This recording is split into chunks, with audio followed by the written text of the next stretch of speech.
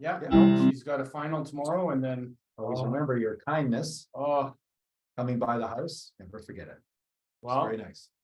appreciate you not ending that day. That was scary. Oh, yeah. No. So No. Thank you. Do you actually put real nutmeg on there? Yeah, I do. Actually, That's cheers. Thanks for And I connecting. don't know where we get it from. Oh, it's very nice. Ah, But it's the nut, the nutmeg, right? It's yeah, the nut. yeah. And you just a shaver, and you just kind of shave it over and it comes down. And then a little bit of spice rum. Yeah. Yeah. Or you can buy the package deal at a certain store where you just pull it and pour it. it's all pre-done. Yes, and it was on sale, by the way, last week, $5 off. Nice. So we got a couple. Yes. Well, I like peppermint schnapps. I put it in my hot chocolate, Oh, see, I've never tried that. especially when you're cold, coming out of the cold. Oh, Hi. Nice to see you.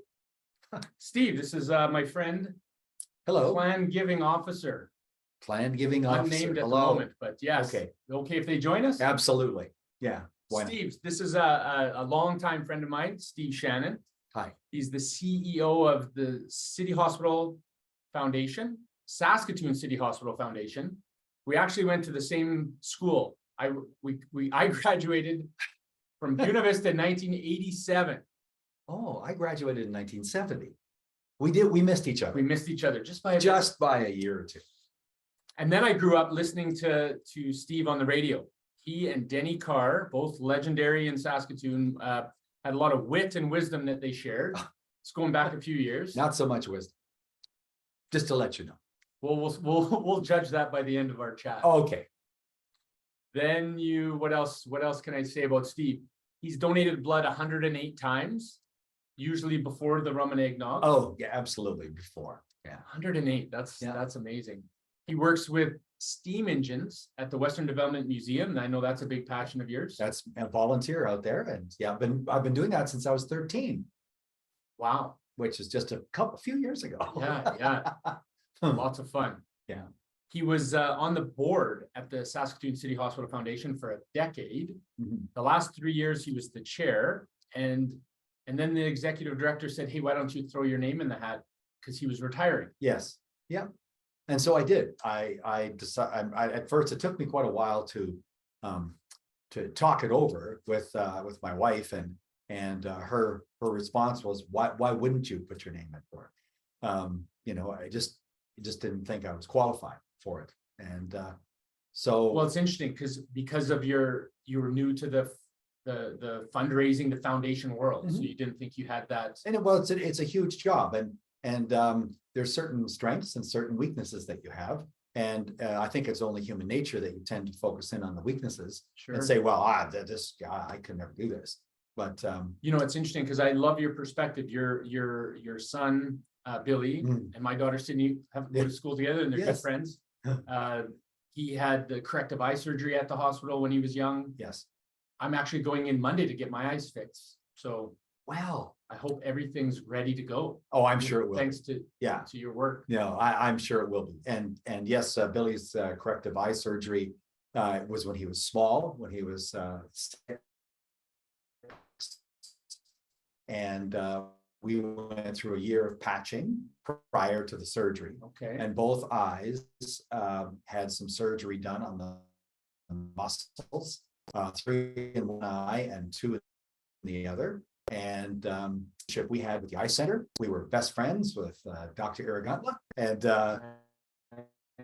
we went through years of seeing her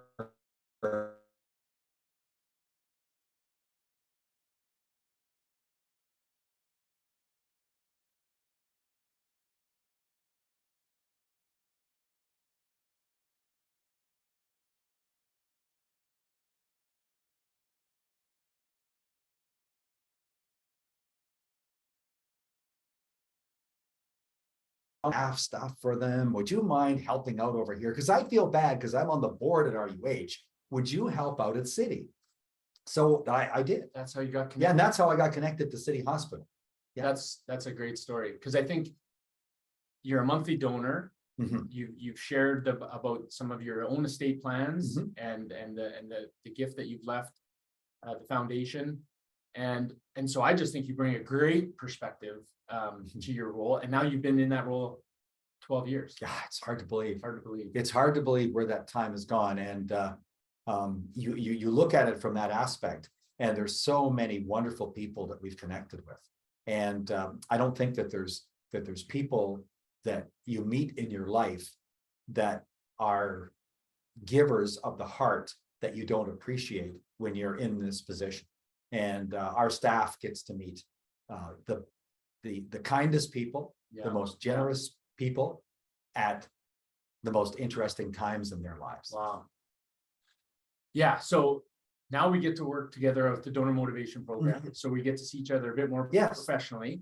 I think the stories you've shared in your role as CEO have even broadened your perspective. You've shared lots of fascinating stories. One of my favorite is the giving challenge.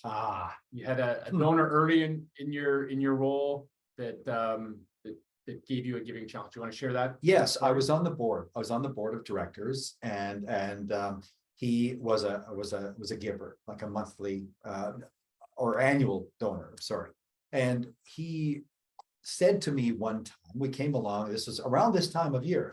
He came to me and he said, "So we're very good friends, very close friends." And he said, "So who do you think needs help?" And I said, "Oh, you mean this time of year?" Yeah. He says, "Excluding your foundation, because I give to you every year. So excluding your foundation, who do you think? Who do you think needs help?" So I went through the usual, at this time of year, food bank, Salvation Army, Friendship Inn. So you're going through that. And so I came back with that. And he said, no. He said, "I'm sorry, I wasn't as specific as I should have been. What personally means something to you and your wife that you think needs support?" And to throw the challenge out there, I am going to give to you in name $25,000. And as long as it's to a charity where I can get a receipt, wherever you place this money is up to you and your wife, up to you and Cindy. And so that suddenly changed. And she had worked for a school at the time, a community school. And so for her right away, they didn't have a screen that for assembly and for education for the kids in the auditorium. So there was that. And plus they needed upgrades for the playground. So that was her gift. Yeah. For me, steam engines at the Western Development Museum. So if $5,000 could go to smaller pieces of equipment that could keep STEAM program alive at the museum, that's my passion. So I love that. The other one was the CHEP program, where when we were in radio, we would go and we would partner with a school. We'd read to them. We would share, our time with them. Yeah. And every Christmas, we would share a dinner. And we had to be very careful that we didn't talk about what is Santa going to bring you this year? What do you want from Santa? It was very generic. And just having dinner with those children just warmed your heart. Because for sure, they did have some that could have been their best meal of the year. Yeah. And the other $5,000 was to Denny Carr's Secret Santa, who it became a foundation after Denny passed away. Yeah. And he had been getting me involved in that since 1980 into that program. So it meant a lot to me. And then he said, and of course, I will give to the hospital foundation, totally separate. So we came back with this and he said, "Oh, wow, this is really good. This is really good." So he wrote out the checks and gave them to me. And I said, "Okay, so do we mail them or what do we do here?" And he said, "No, this is part 2 of the lesson. You get to give them." Wow. So what he was doing was teaching me as a board member, not only what it's like to receive, but what it's like to give. In our world, a major gift. Yeah. Like we don't have, that kind of money to give away.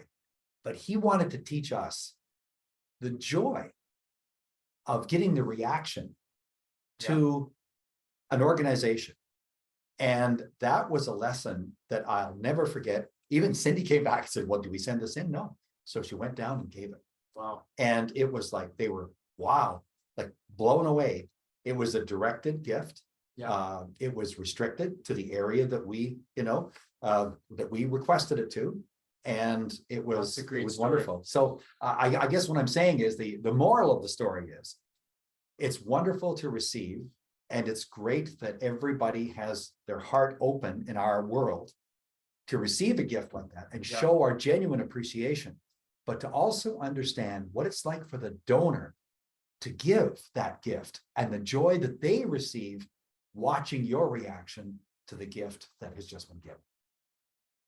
Yeah, well, I've seen you receive gifts from people, and I think that lesson is continuing to pay dividends because you're very appreciative for any and all gifts, and Thank you.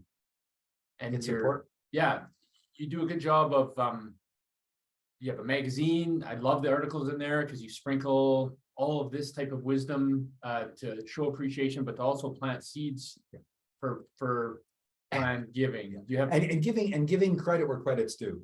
Our director of development, Tracy Boyle, who was on this Campfire Chat a few years ago, and also our communications director, Tom Aramunde. They are the ones that craft this and put it together. And we are just greatly appreciative of the storytelling and the editing and everything else that goes into it to make it attractive, because it's a magazine now. And you open it up and wow, you get the message. And how can you help? It says right here. Well, it's nice having an executive director with your mindset, because sometimes boards don't fully understand how planned giving works. They want to see the results. How do we predict the results? And they want to say, that bequest came out of thin air. Like, so you don't even get credit for that.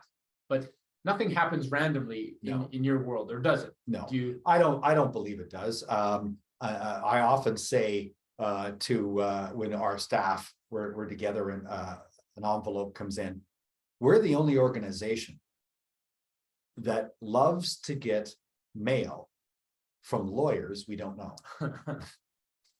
Yeah, Right? There wouldn't Right? be many people. There'd be no wanting to shock. Yeah, If you got one at home, you'd be yeah, shocked. Yeah, But if you got one, like in our world, Sure, if you got one sure. at work, and it's like, oh my gosh, so you open it up and then you check out your data.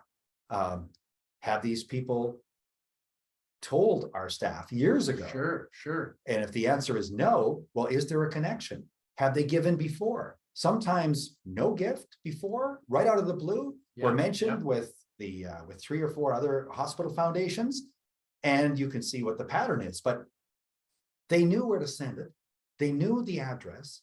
They knew what about you. Otherwise, they wouldn't have given. And it's not, I don't believe it's generic. I believe all the work you do on a regular day-to-day basis plants the seeds that in the end comes back so you can continue, thanks to planned giving, your regular programs. And if they're open without any restriction, you get to do those gifts where money is needed most at that time. Yeah, fantastic. So you're always working at it. You're never off. You're always working. You're always working. It doesn't matter where you are. You can be at the lake and pull up beside another boat that caught a massive fish, and the conversation starts. And it happened actually, and I'm just going to jump in because we never talked about this. I'm going to jump in because that's what I do. I jump in. We were buying wood from somebody at Emma Lake, and we were over at Angla. And so the conversation started. Oh my gosh, you're Steve Shannon. You worked with Denny Carr, and then we started talking about all the people that he knew, that I knew, that worked at CFQC and television, and it just went on and on and on. And after the second load of wood, I said, well, he says, and how are things at the foundation? Oh, they're trucking right along. It's interesting times. Yeah. And then I said, well, do you have any connection with City Hospitals? Well, we've, had some stuff done there over the years, nothing but, and I said, would you ever consider a gift? Well, yeah. Well, I might be, talk to me sometime. So a few months later, made a phone call and tried to get in touch with them back and forth. It took 6 to 8 months before this finally happened.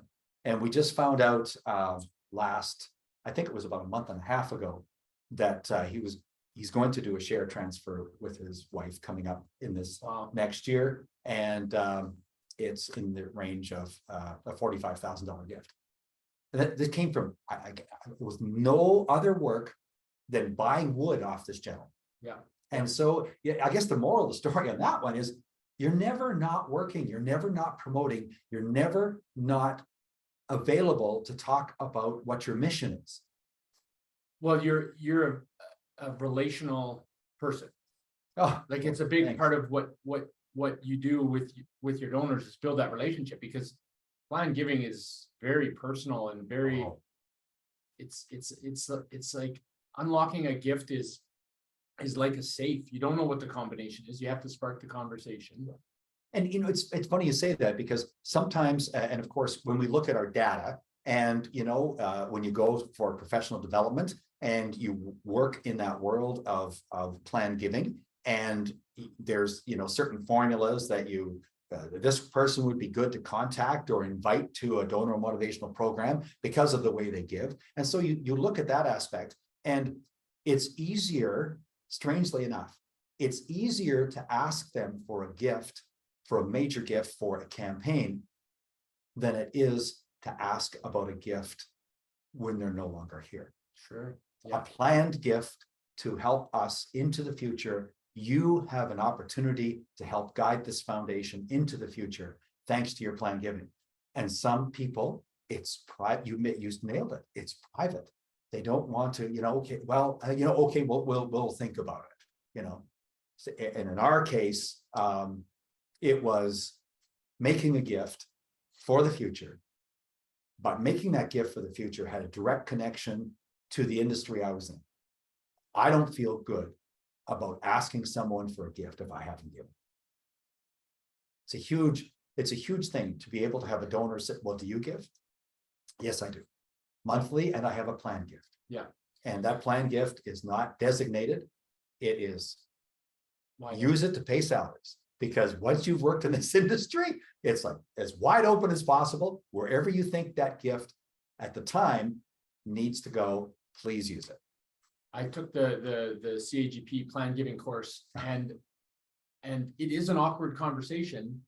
And the gentleman shared his own story, just like you just did. And it's so authentic. And it's like, yeah, I've considered a gift in my own will. And I think it's a challenge to everyone, including you, to make sure that's part of your story, because I think it's so powerful. I think there's another thing too that comes into that aspect, is that when you make a planned gift, you don't have to have $100,000 at that time. Sure. But you know that when your time comes, that this is already going to happen. Yeah. And when you let the foundation know that this is what you'd like to do, you get that same feeling as we did with the challenge of giving the money away. Sure. You can sit down there, and then when the foundation says, can we tell your story? And this, oh, gee, this is personal anyway. And now you want to tell the story? Why do you want to do it? We want to encourage people and show them the way, how they can make a difference now. And thanks to you sharing, we get to say thank you now. Yeah. Instead of thank you in the future. And how wonderful is that, to be able to shake someone's hand, knowing that in the future, they're going to affect the way you do your mission. Yeah, great message. What's your my friend here, you ask a question. Oh yeah, that's a good question. What is your favorite question around giving, like with a donor? Oh, okay. These are always discovery chats, you know. It's that you think someone that may have means and may have an interest, maybe you don't even know they have an interest in your hospital, but you're doing a discovery call. You're doing a discovery chat of, so you've heard of us? Do you have an interest? Have you been cared for? You know, and then do you give on a regular basis to whoever? And I often like to ask, what gift have you given that has meant the most to you, regardless of size? Yeah. And it was an anonymous donor who finished off a campaign for a school in Saskatoon that takes care of extremely physically and mentally disabled children. And it's always kind of tough to talk about because it's so meaningful. Sure. Yeah. And he finished off the campaign for them, and it was a shock. that he finished off the campaign for them. They were Wow. blown Yeah. away. Yeah. And when they did the unveiling, he absolutely total anonymity. Didn't want to be part of it. No, but he did. He was invited, and he just walked up in the back and watched the ceremony and then disappeared again. And I said, well, what was the gratification for you? You know, if you weren't recognized, how were you stewarded? How did they say thank you? He said they didn't have to. I pulled into the parking lot and I watched the kids play. That is so what that says is, would I have expected that to come from him? No. Yeah. But that's personal gratification. So in everybody who is a donor, they have a reason, or they have an experience where they said, wow, I can't believe it. Like even at our hospital, a vein viewer, you click on a vein viewer, and the family that donated enough money for the vein viewer, they all put their arms out, and the vein viewer came, oh, look, there's my vein. How cool is that? Yeah. For them, that was an awe moment. I've just helped people that have difficulty in veins receiving IVs. Suddenly, these people are going to be helped, and they're going to have a less experience where they don't have to poke and poke and poke to get that. It's the smallest of things. Yet to that donor, that made a huge thing because they got to see it work. So as part of your discovery, you learn with those questions like those and those experiences, then you see where there's opportunity to connect them in a meaningful way to your foundation. Sure. Because your foundation is all about quality of life. Yes. Helping people with their knees, their shoulders, their eyes, their diagnostic equipment. Sure. What we've we're all going to need it someday. You Right. said that. Yeah. Sure. I often like to, if you're speaking in public somewhere, or you're speaking to a group, you'll say, you're eventually all going to come to City Hospital sooner or later, because we're a quality of life hospital, as you mentioned, from rehab to orthopedics to transitional care to convalescent care to the breast health center to the women's health center to the sleep lab. Everything, if you draw a line and you do a common denominator, the common denominator is quality of life for our hospital. Yeah. And they'll save your life at other hospitals. They will. We'll give it to you back at City. Nice. And that's what we'll try to give it to you back. Sure. A couple of the Humboldt Broncos came through that was survivors, and they came through our rehab. And I got a call from your daughter would know the family, the Thomas family. Yeah. And they phoned and they said that they would like to make a gift. And so said, oh, that's wonderful. And this is a couple of years after the horrible crash. And they said they'd like to make a gift. And so I knew Scott because he coached Billy and Ball and Lori with her job before.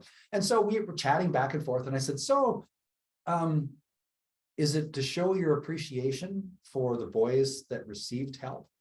And they said, well, yeah, partly, but we know that if our son would have survived, he would have come here. Wow. So we want to make sure that we give something so other people can enjoy life after the tragedy. Wow. So those are the stories that you can write books on. 100%. And it keeps you coming in.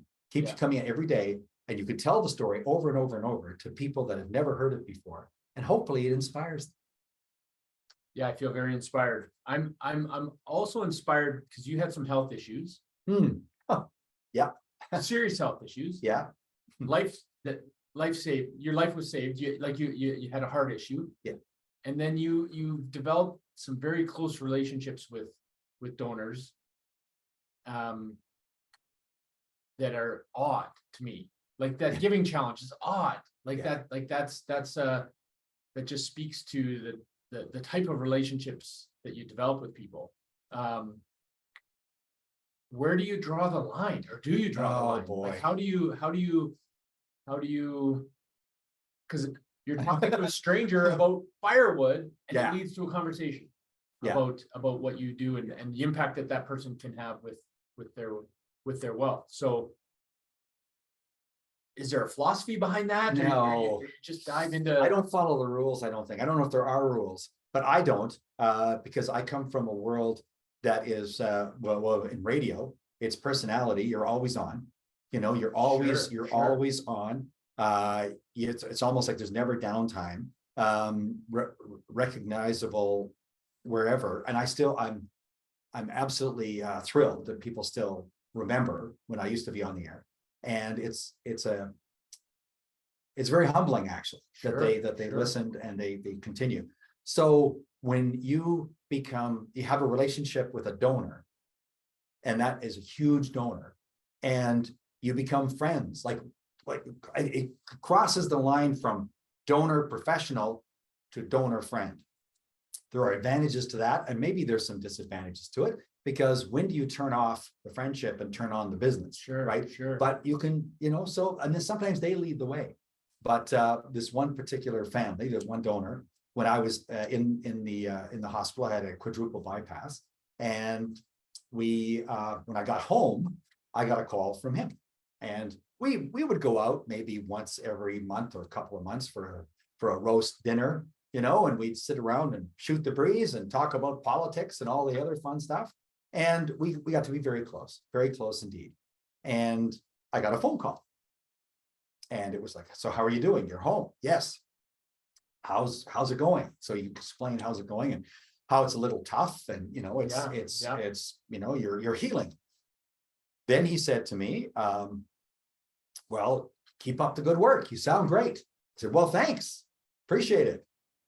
Next day, phoned again. Phoned every single day for 6 months. Wow. And that becomes that strengthens your friendship, but it also, and I'll be honest, not that I'm not, but you know what I mean? It's like, it's one of those things where, so when can you ask for the gift? And sometimes they will lead it to say, so you haven't asked me recently for help. Why is that? Yeah, I think there's some lessons in there. I think you're not a big fan of the ask, but you build a relationship and the ask comes naturally. That's something. Or maybe there is no ask. I don't know. But board members are extremely afraid of the ask. And we always tell board members, and I'm sure our friend can agree, that when we'll never ask you to make the ask. We just want a warm referral, whether your name's attached or not. And then we'll take it from there. Sure. And we'll do the best. I'm still not, I am not the person that is 100% comfortable with an ask. I'll take someone out and we'll have coffee or whatever. And at the last 10 minutes, I will dive in and then I'll make the big, so do you think you'd be open for it? You know what I mean? I'm just not, that's awkward, but yet to talk about the weather and everything else, I'll talk to anybody. It's great fun. You call it awkward, but I would call it effective. I think you have a great track record.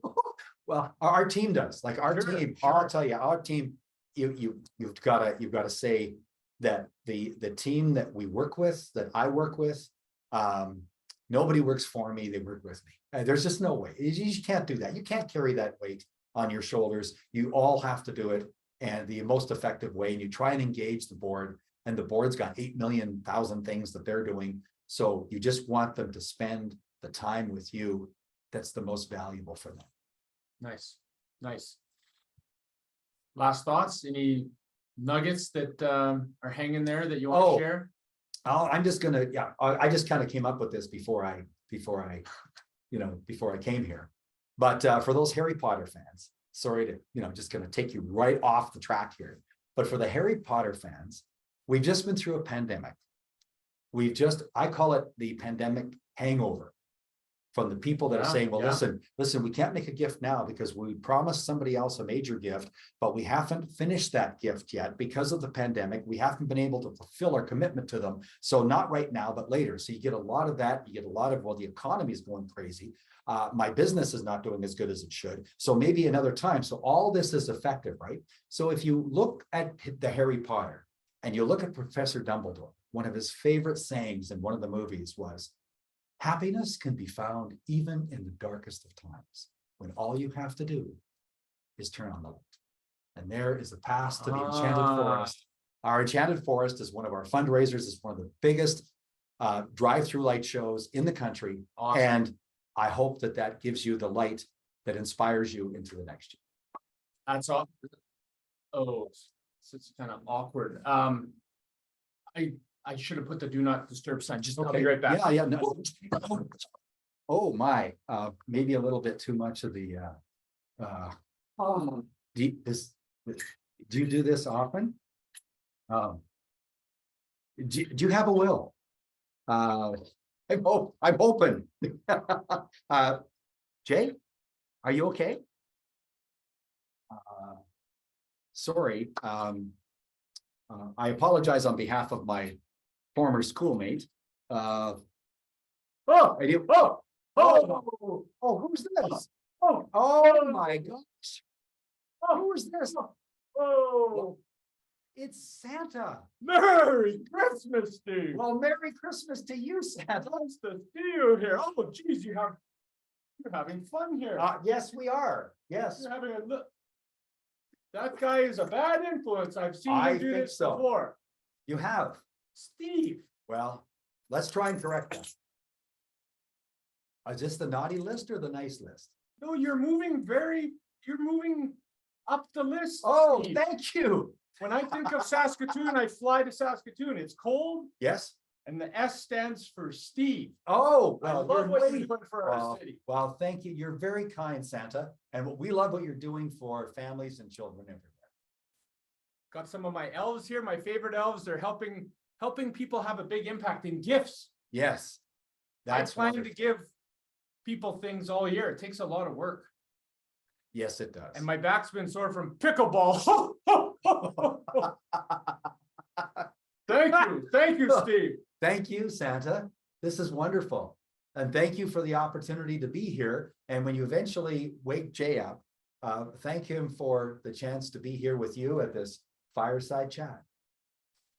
Thank you. Come again next year. We have more to come.